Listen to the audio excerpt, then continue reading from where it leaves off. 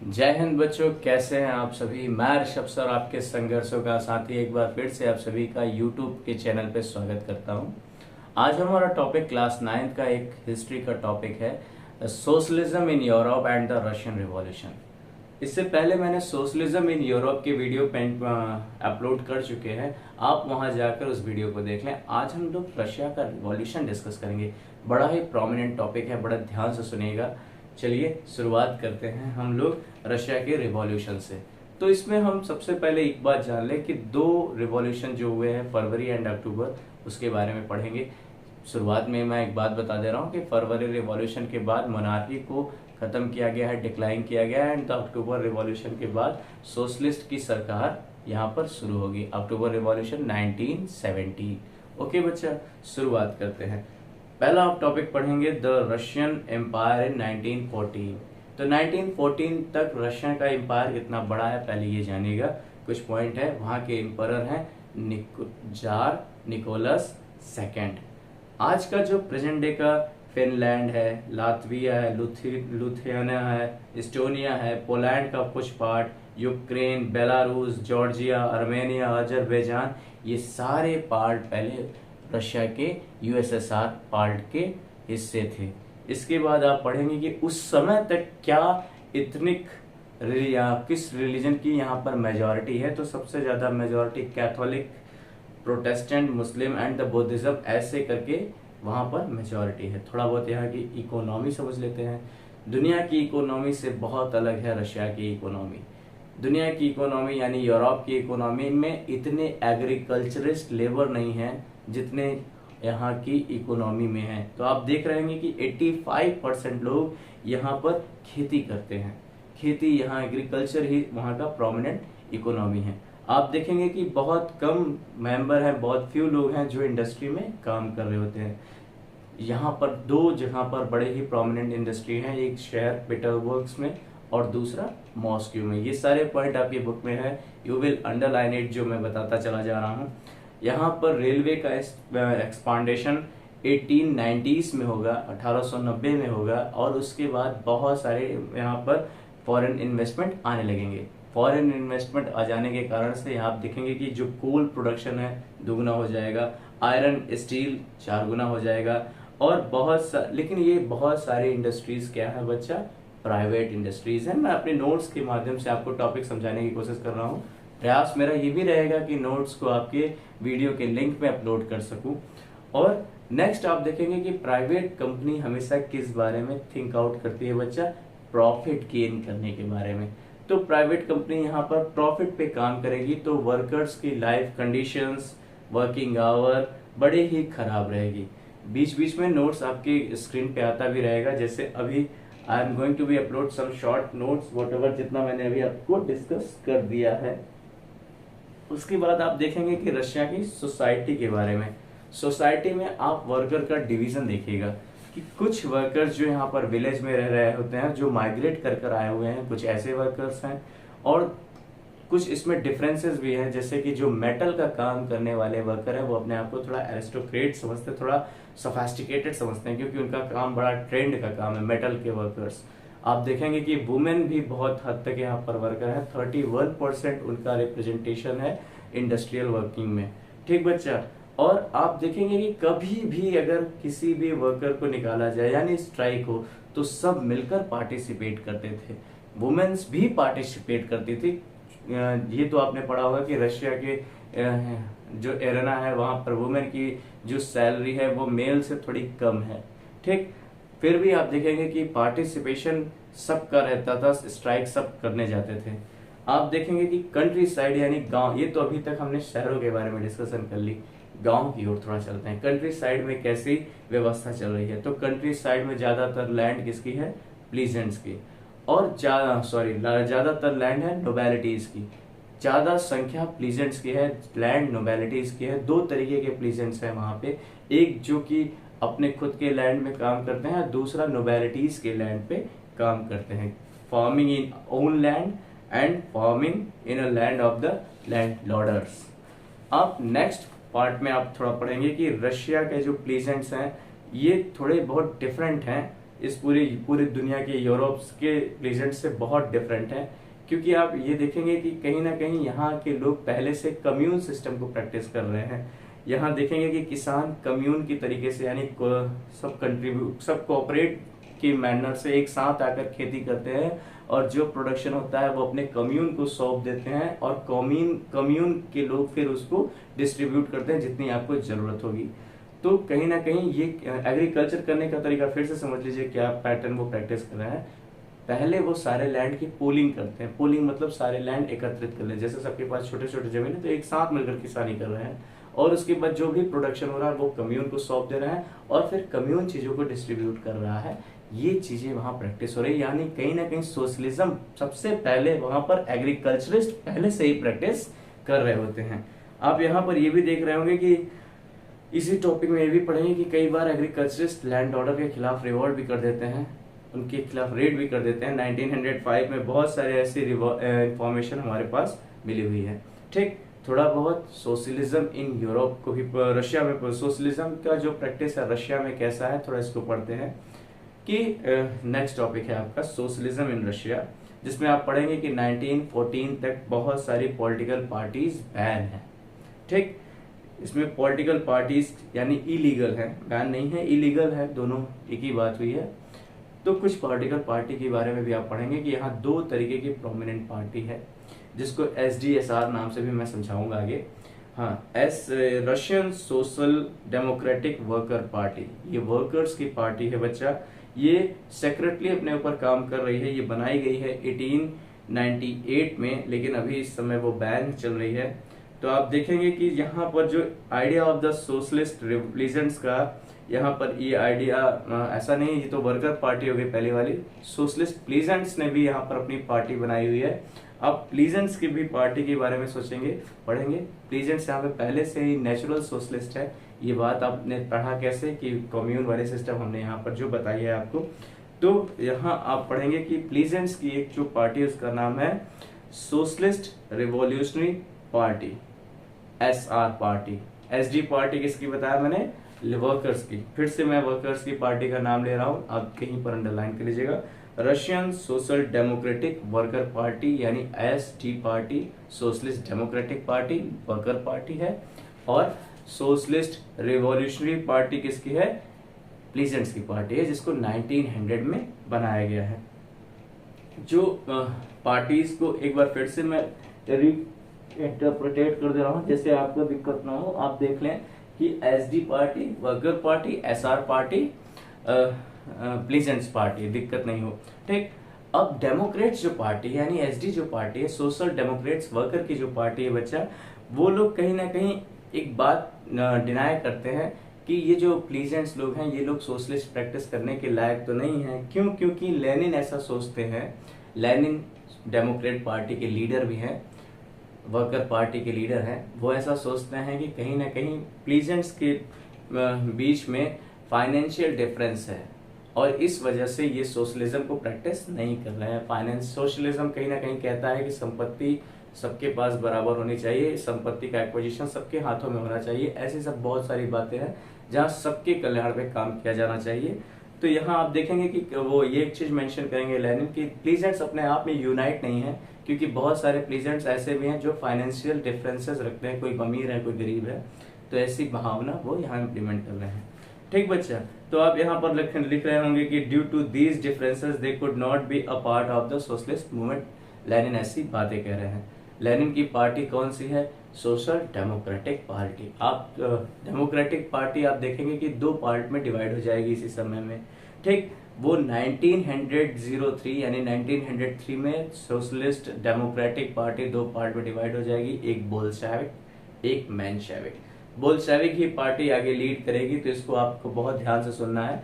Bolshevik जो party है उसके लीडर है बच्चा व्लादिमीर लेनिन, और लेनिन कहते हैं कि इस पार्टी में डिसिप्लिन मेंबर होने चाहिए, क्वालिटेटिव मेंबर होने चाहिए, डिसिप्लिन एंड क्वालिटेटिव मेंबर होने चाहिए, सबकी जरूरत नहीं है। Menshevik party open for all है, सब कोई आओ, कोई दिक्कत नहीं है। तो बोल्शेविक एंड मेंशेविक के डिफरेंसेस को बहुत अच्छे से समझिएगा।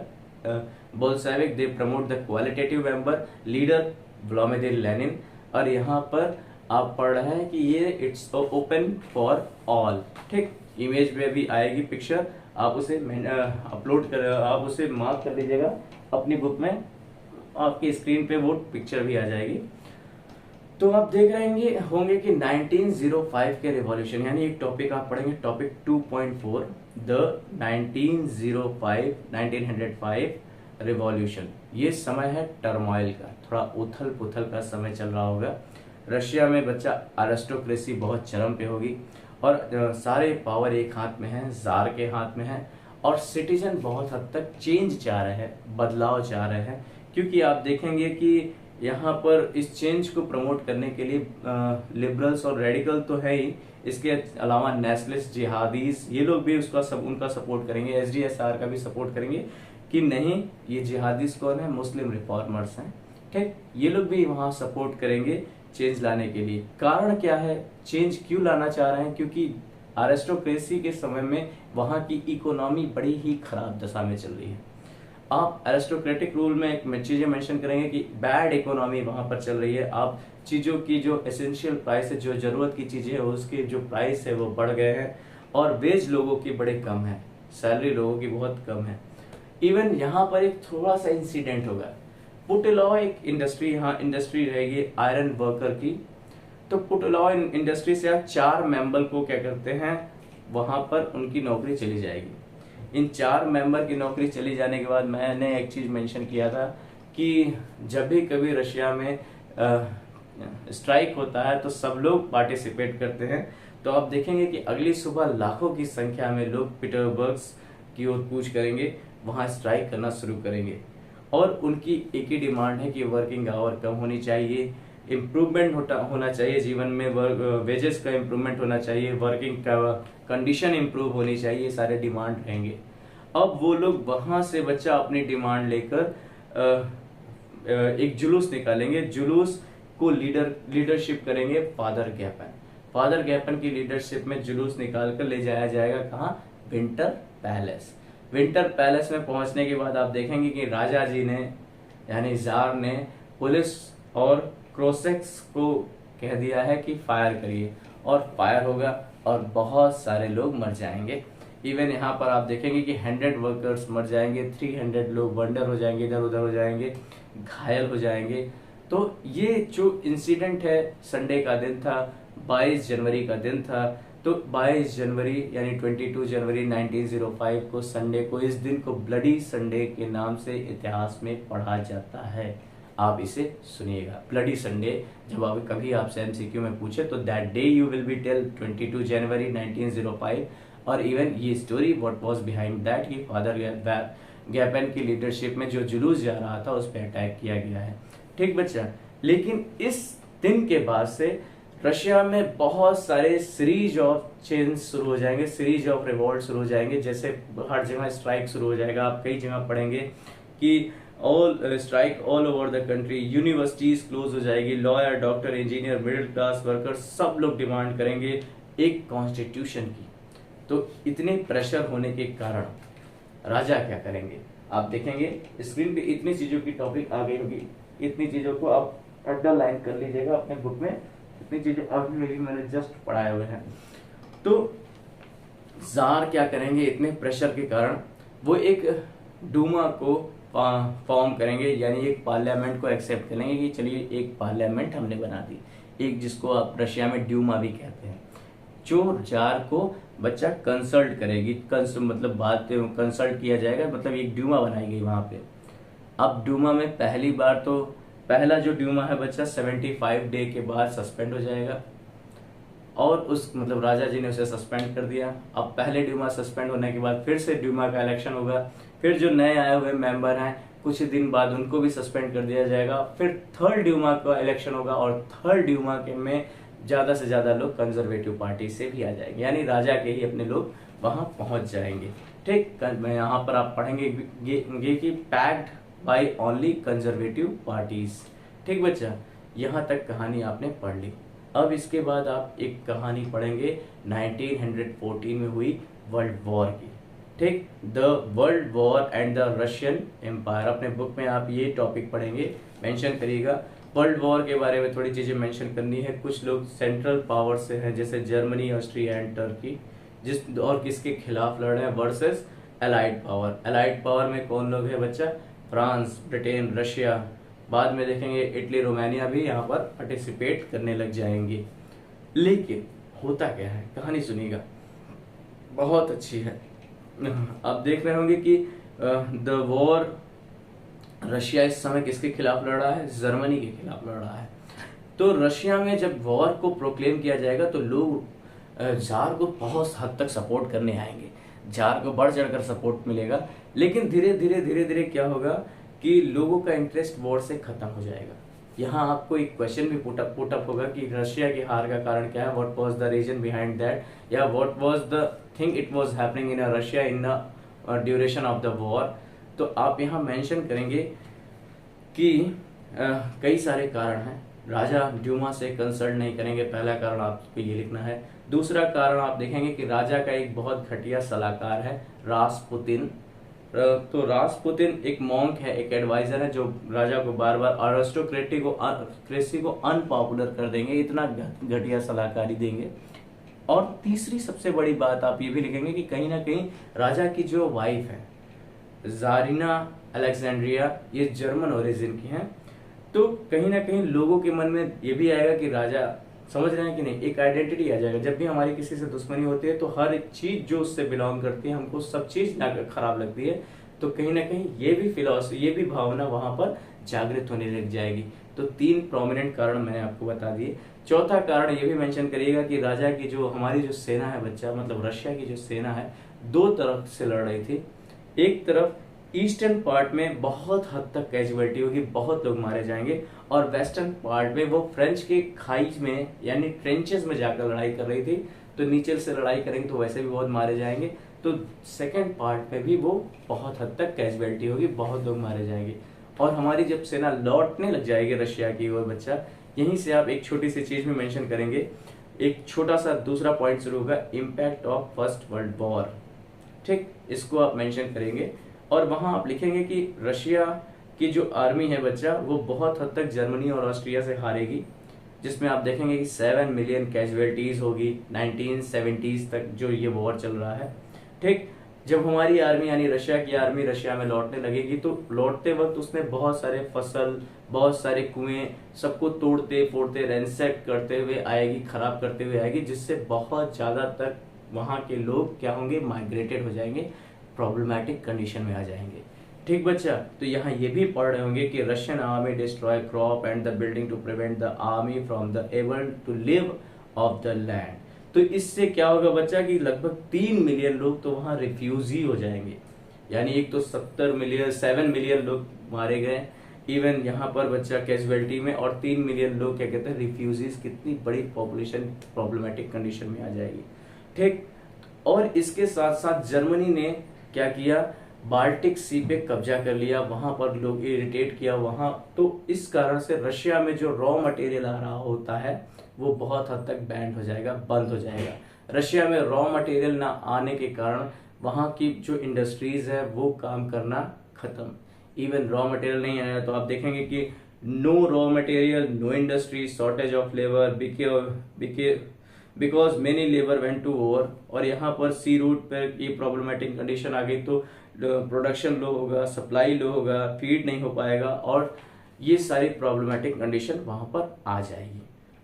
इवन कुछ चेंजेस भी किया जाएगा। आप देखेंगे कि फरवरी रिवॉल्यूशन, आप जिसमें बहुत इंपॉर्टेंट रिवॉल्यूशन है, जहां मैंने शुरू में बताया था कि इससे मोनार्की खत्म होगी। तो 1917 में सबसे पहला काम किया जाएगा बच्चा, जो कैपिटल है उसका नाम चेंज करके पेट्रोग्राद मेंशन किया जाएगा कि ये जो सेंट पीटर्सबर्ग उनका शहर था उसको हटाकर उन्होंने पेट्रोग्राद उसका नाम रखा। ठीक बच्चा, जो नेवा रिवर है, नेवा रिवर रशिया में लेफ्ट एंड राइट के बीच में, रशिया को 2 पार्ट में डिवाइड कर लीजिए, और आप देखेंगे कि दोनों पार्टों के बीच में वहां पर एक नेवा रिवर है।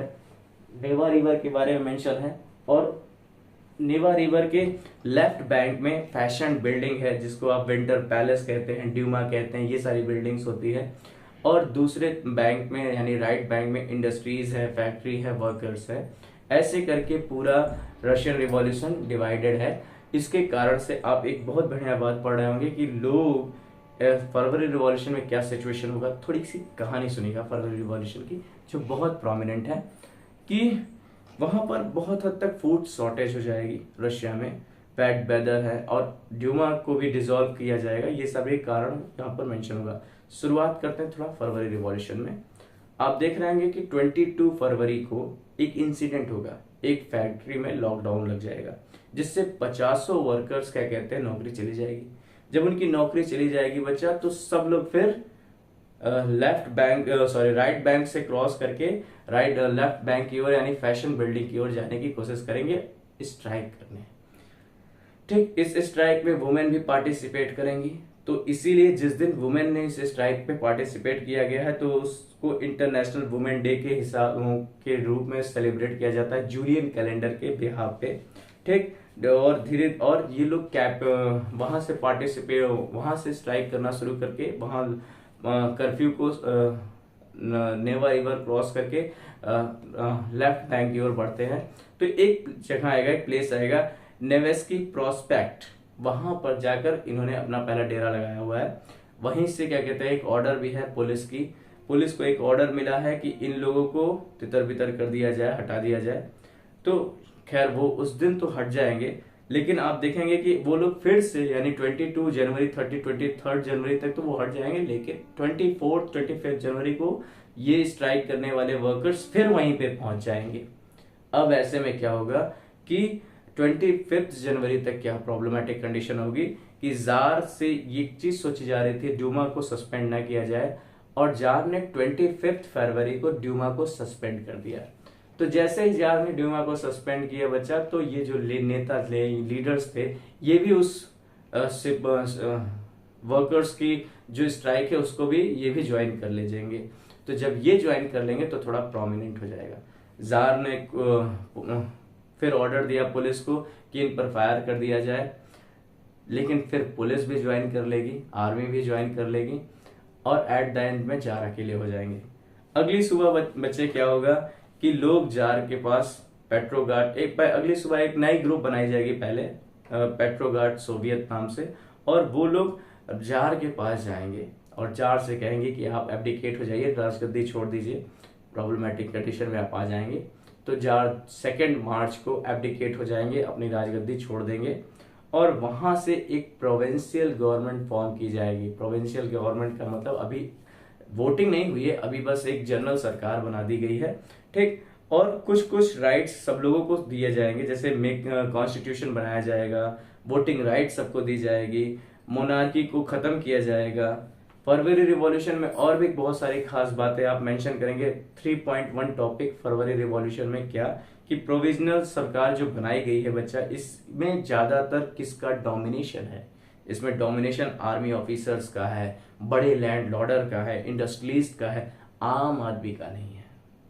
ठीक बच्चा, ये समस्या तो यहाँ है, लेकिन इसके साथ साथ कुछ अच्छी बातें भी हो रही है, जैसे कि जो पहले बहुत सारी पार्टी में रेस्ट्रिक्शन लगा था वो रेस्ट्रिक्शन हटाया जाएगा, और बहुत सारे लोगों को जेल भी भेज दिया गया था इस कारण से, तो उन लोगों को छुटाया भी जाएगा। तो इसी कहानी में एक व्यक्ति की एंट्री अब होगी, जिसको आप देखेंगे, जिसने अप्रैल थीसिस भी बोला हुआ है। 1917 में व्लादिमीर, जो बहुत सारे लीडर हैं, व्लादिमीर लेनिन, वो यहाँ लौट कर आएंगे, जिनको कभी एग्जाइल भेज दिया गया था। कारण क्या था कि ये वॉर को एंड करने से रिलेटेड बातों को कह रहे थे। तो इन्होंने एक अप्रैल थीसिस लिखा है, जो आपके 3 मार्क्स का क्वेश्चन है। आपके स्क्रीन पे अप्रैल थीसिस आ गया होगा। अप्रैल थीसिस को आप देखिए, उसमें बहुत सारी बातों को मेंशन किया गया है। जैसे आप देख रहे होंगे कि 3 डिमांड जो प्रोमिनेंट वन है, इसमें लिखा है war should be brought to be end. सबसे पहले तो लड़ाई को खत्म कर देनी चाहिए। Land must be transfer to the pleasants, जमीनों को प्लीजेंट्स को ट्रांसफर कर देनी चाहिए।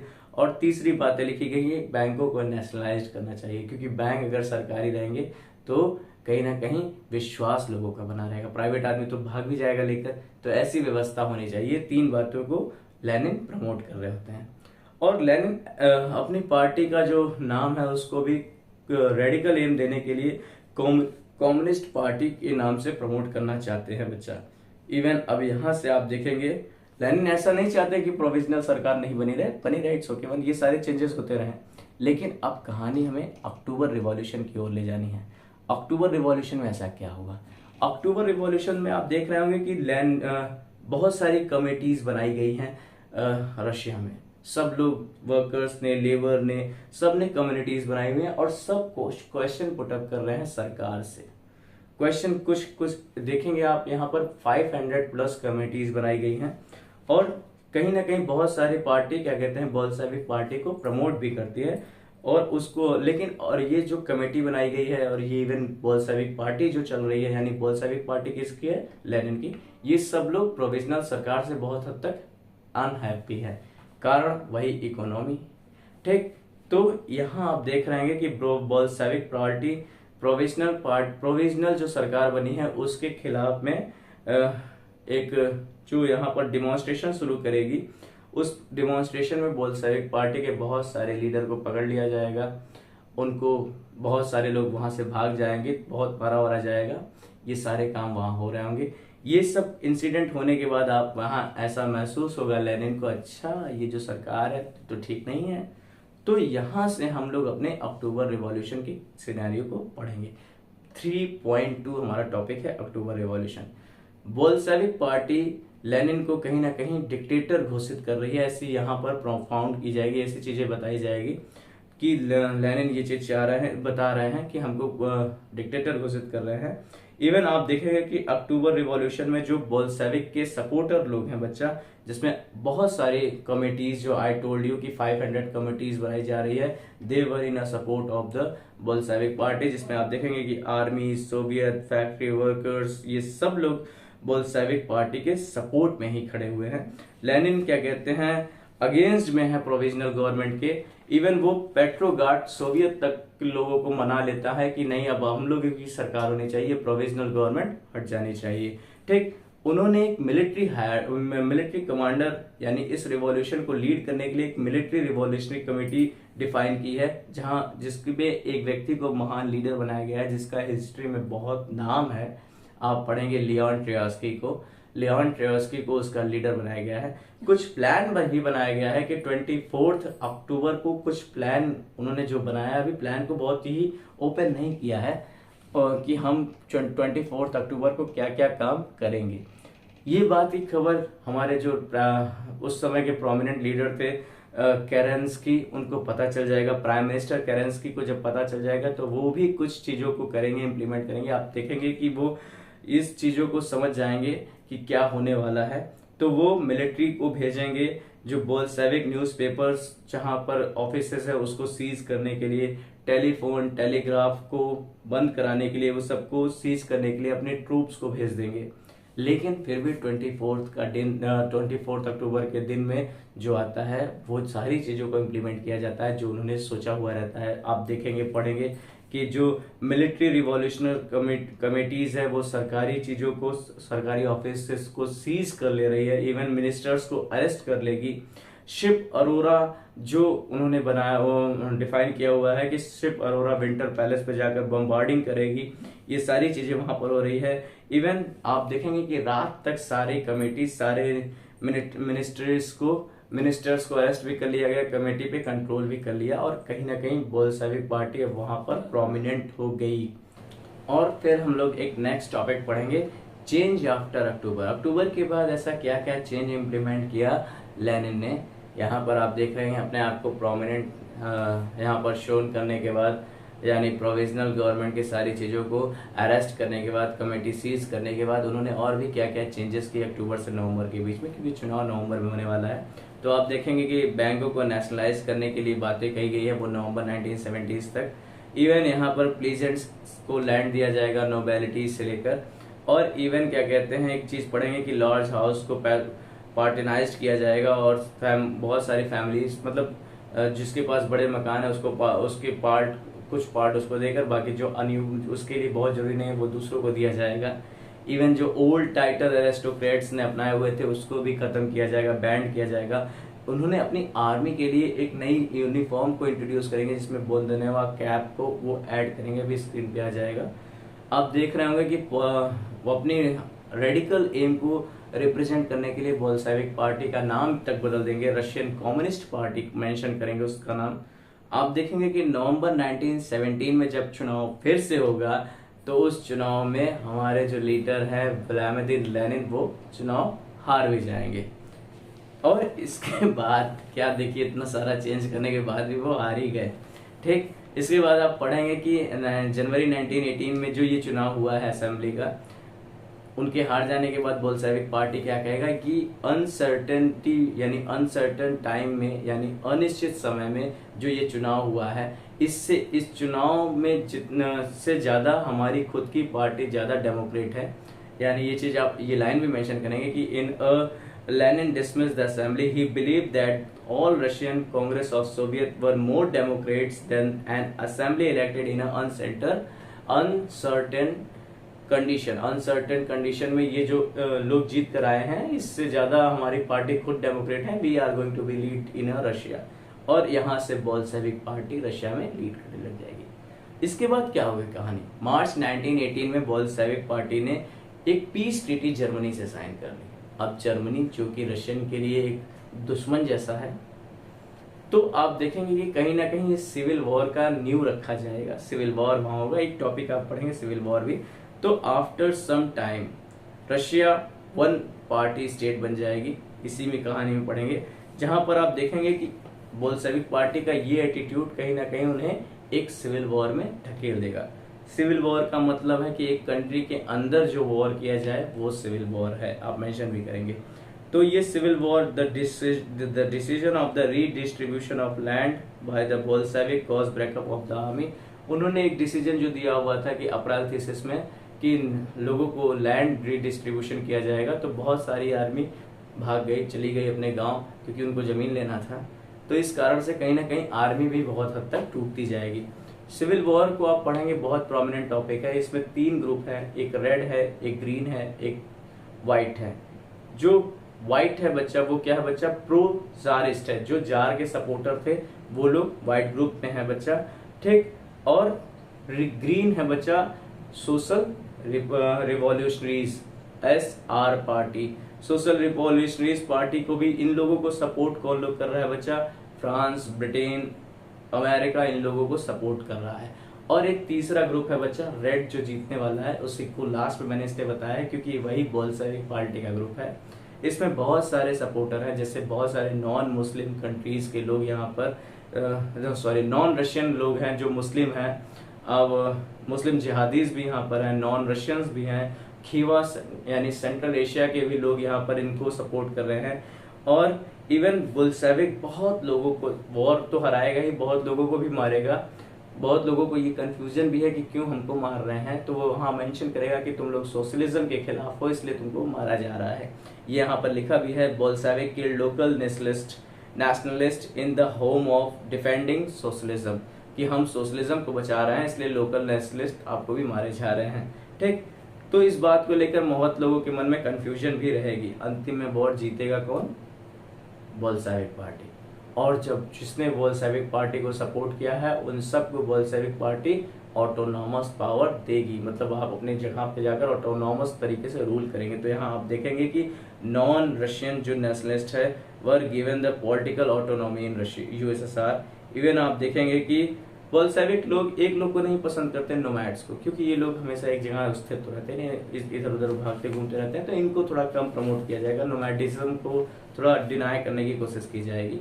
ठीक, इसके बाद वहां पे क्या होगा, चूंकि अब लेनिन यहाँ पर रूल करने लगे, सिविल वॉर भी जीत गए, तो मेकिंग द सोशलिस्ट सोसाइटी होगा एक टॉपिक आपका। अब इस सोसाइटी को सोशलिस्ट बनाया कैसे जा रहा है कि आप देखेंगे कि बैंक इंडस्ट्री को नेशनलाइज्ड किया जाएगा, कलेक्टिव वर्क को परफॉर्म करने के बारे में सोचा जाएगा कि मतलब जैसे जमीन को कलेक्टिवली पोलिंग की जाए, उसके बाद उसमें कल्टीवेशन वर्क की जाए, मतलब एकत्रित करके कल्टीवेशन वर्क की जाए, तो ये सब काम भी वहाँ पर होने लग जाएंगे।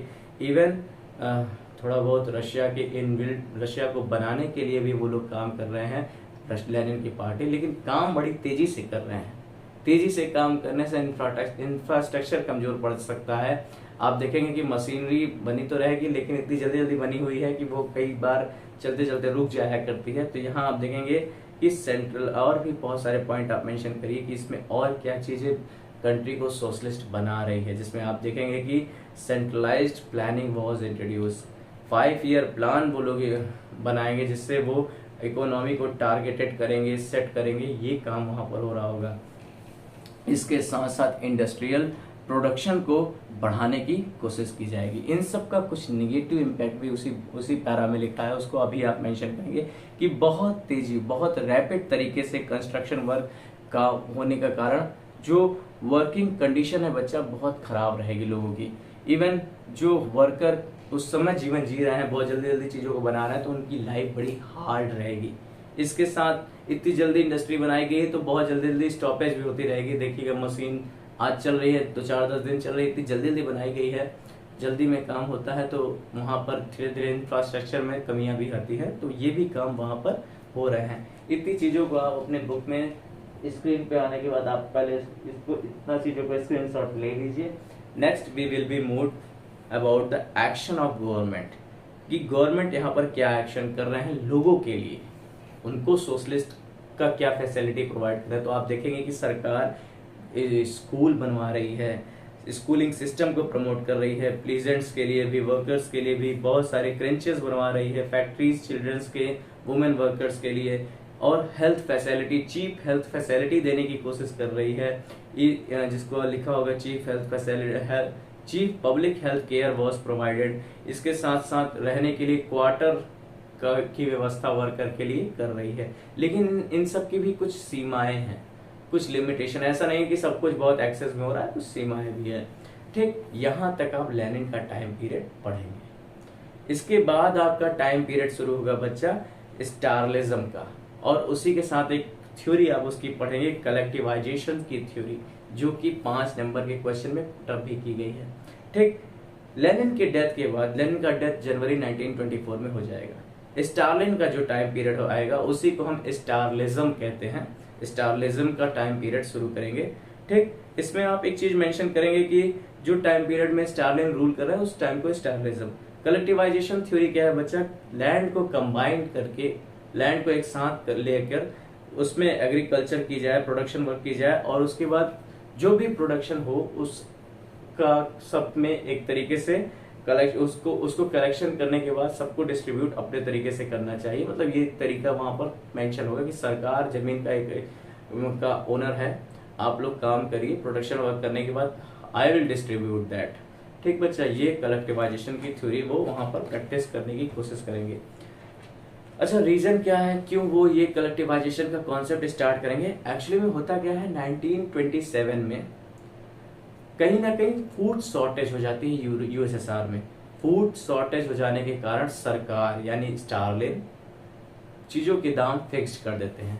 चीजों के दाम फिक्स करने के कारण क्या होगा कि जो चीजें इतनी महंगी हैं प्रोडक्शन वर्क में, यानी खेती किसानी में महंगाई से प्राप्त की गई है, उसमें सामान लगा है, पैसे लगे हैं, वो चीजें अगर आप दाम फिक्स कर देंगे तो कहीं ना कहीं उसका अच्छा आउटकम प्लीजेंट्स को नहीं मिलेगा। तो प्लीजेंट्स को नहीं मिलेगा तो वो चीजों को सेल करने से रिफ्यूज करेंगे, डिनाई करेंगे। तो ये काम वो लोग करना शुरू करेंगे। स्टालिन को यहाँ लगने लगेगा कि जो बड़े किसान हैं, कुलाक हैं, वो सोच रहे हैं कि अगर हम चीजों को अभी स्टोर कर लें, जब चीजें महंगी होंगी तब हम मार्केट में निकालेंगे तो अच्छा खासा प्रोडक्ट प्राइस मिल जाएगा। तो स्टालिन ऑर्डर देते हैं कि जाओ जबरदस्ती इन सब लोगों से छीनो सब कुछ सामान, अगर कोई ऐसा कार्य कर रहा है। तो जब ये होने लग जाएगा यहाँ पर जो कंट्री साइड में ट्रेडर जो होल्डिंग किए हुए हैं चीज हाई प्राइस के लिए, कुलाहक लोग, उनसे ये सारी चीजें, ये होल्डिंग तोड़ने के लिए, ये चीजों को छीनने के लिए काम होने लग जाएगा बच्चा। तो कहीं ना कहीं वहां पर भी एक कुछ प्रॉब्लमेटिक कंडीशन यहाँ पर आ जाएगी बच्चा, कि जो ग्रेन प्रोड्यूसिंग एरिया है वो जो पार्टी के द्वारा यहाँ शॉर्टेज ऑफ फूड्स की जो दिक्कत हो रही है, छीना इसलिए जा रहा है क्योंकि वहां पर शॉर्टेज ऑफ फूड्स है। शॉर्टेज ऑफ फूड्स के कारण वहां पर उन्होंने फिर से एक नया एग्रीमेंट साइन कराया, मतलब एक नया एग्रीमेंट लाने की कोशिश करेंगे, कलेक्टिवाइजेशन। ठीक, स्टालिन यहाँ पर एक नया कलेक्टिवाइजेशन की कॉन्सेप्ट को लाएंगे कि चीजों को, सारी लैंड को एक काम कीजिए, पूलिंग कर लीजिए, एकत्र कर लीजिए, और उसके बाद उसमें आप खेती कीजिए, और हो सकता है इसके बाद क्या कहते हैं एग्रीकल्चरल प्रोडक्ट अच्छे से निकलेगा। रीजन क्या है उन्होंने बताया, बहुत सारे रीजन बताया। रीजन ये बताया कि चीप क्वालिटी, हमारे पास थोड़े चीप क्वालिटीज की मशीनरी अच्छी चीज नहीं है, छोटे छोटे हमारे जमीन है, सब किसानों के पास छोटे छोटे जमीन है, तो इसमें प्रोडक्शन वर्क अच्छे से नहीं हो सकता। तो एक काम करते हैं, सभी की जमीन को एक साथ ले लिया जाता है, ढेर सारी जमीन रहेगी तो हम ढंग से उसमें एग्रीकल्चरल कर लेंगे। बहुत सारी चीजें उस कलेक्टिवाइजेशन थ्योरी में उन्होंने मेंशन की, जैसे कि अच्छे इंडस्ट्रियल मशीनरीज को लाना होगा। सबसे पहले तो ये कुलाहक लोग हैं जो अमीर किसान है, इनको एलिमिनेट करिए, इनको हटाइए, ठीक।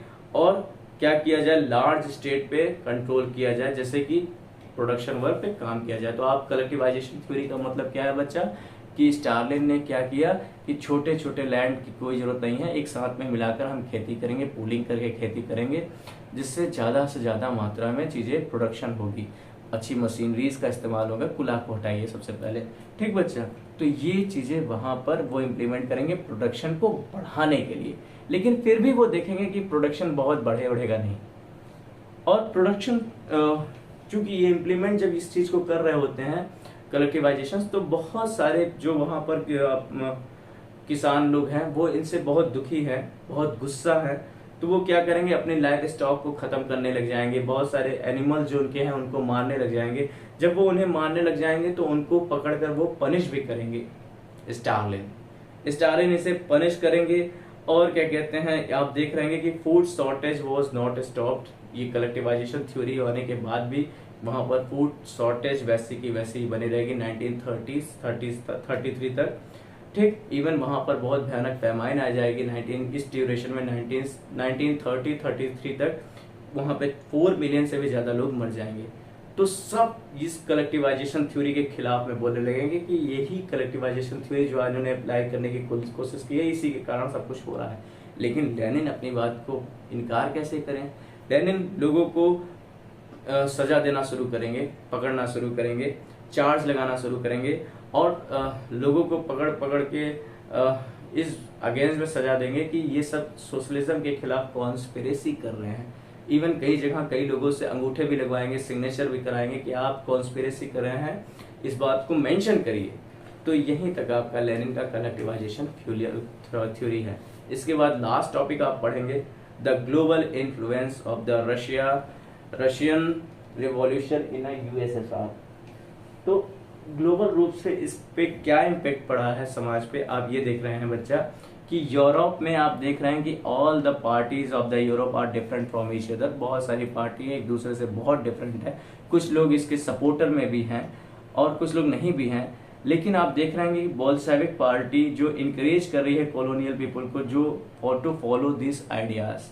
बोल्शेविक की जो पार्टी है, एसडी जो पार्टी है, वो जहां भी कॉलोनियल रूल उस समय तक चल रहा होता है, जहां जहां नेशन गुलाम है, तो वो कहीं ना कहीं लोगों को इंस्पायर कर रही है कि सोशलिज्म को प्रमोट करिए, इन लोगों को हटाइए, ठीक। आप देखेंगे कि यूएसएसआर में बहुत सारे सोशलिज्म को पढ़ाने के लिए यूनिवर्सिटीज, वर्कर्स, कम्युनिस्ट, ये सारी चीजें ओपन है। बहुत सारे कॉन्फ्रेंस में भी यहाँ के लोगों ने, ईस्ट के लोगों ने इस चीजों को बहुत हद तक प्रमोट किया है, बताया है। ओवरऑल आप एक चीज देखेंगे कि बहुत अच्छा सिनेरियो तो नहीं रहा है सोशलिज्म का, क्योंकि बहुत अच्छी फिलॉसफी होती तो आज पूरी दुनिया में लोग इसको एक्सेप्ट किए होते, पूरी दुनिया के नेशन इसको अप्लाई किए होते। लेकिन कहीं ना कहीं आप देखेंगे कि इवन यूएसएसआर में भी लोग क्या कहते हैं बहुत हद तक सेटिस्फाइड नहीं भी होंगे, लेकिन फिर भी आप देख रहे हैं कि दुनिया के रंगमंच में, दुनिया के मंच में आपने सोशलिस्ट कंट्री के रूप में रशिया ने बहुत नाम कमाया हुआ है और आज भी वो अपने नेशन को इस चीज़ों को प्रमोट करते हुए दिख रहा है, ठीक। तो यही हमारा ये टॉपिक रहा है। वीडियो अच्छा लगा हो तो प्लीज़ लाइक, शेयर, सब्सक्राइब जरूर कीजिएगा और थोड़ी बहुत इनकन्वीनियंट अगर हुई हो तो उसको आप इग्नोर करें, पढ़ाई पे ज़्यादा ध्यान दें, क्लास 9 मन लगा कर पढ़ें। एग्ज़ाम के लिए आप सभी को ऑल द बेस्ट। जय हिंद।